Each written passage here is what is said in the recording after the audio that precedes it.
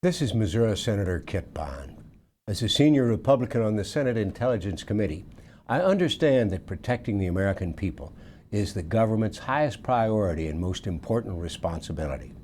And keeping our nation safe should not be a political issue. It's an American one. I hope my colleagues in Congress keep that in mind over the next couple of weeks as we debate the troop funding bill. Guantanamo Bay, known as Gitmo, doesn't house middle-of-the-road white-collar criminals. Instead, this detainee facility houses deadly terrorists, including 9/11 mastermind Khalid Sheikh Mohammed. While President Obama has no plan for what to do with these killers, he has pledged to close the terrorist detention facility in January to fulfill a campaign promise. This is a dangerous case of putting symbolism over security. Or as I like to say, this is a classic example of a ready, fire, aim strategy. When it comes to national security decisions, I prefer aiming before shooting, which is why I keep calling on President Obama to tell us, the American people, how his plan to close Guantanamo will make our nation safer.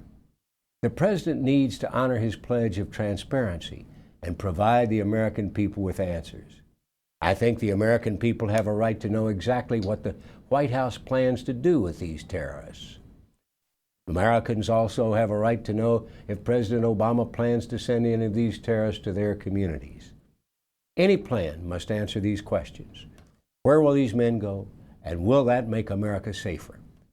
Now, just last week, the administration admitted that some of the terrorists could be coming soon to a neighborhood near you.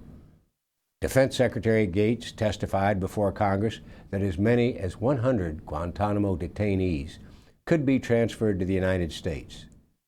Whether these terrorists are coming to a prison in Kansas or a halfway house in Missouri or any other state, I can tell you this: Americans don't want these terrorists in their neighborhoods.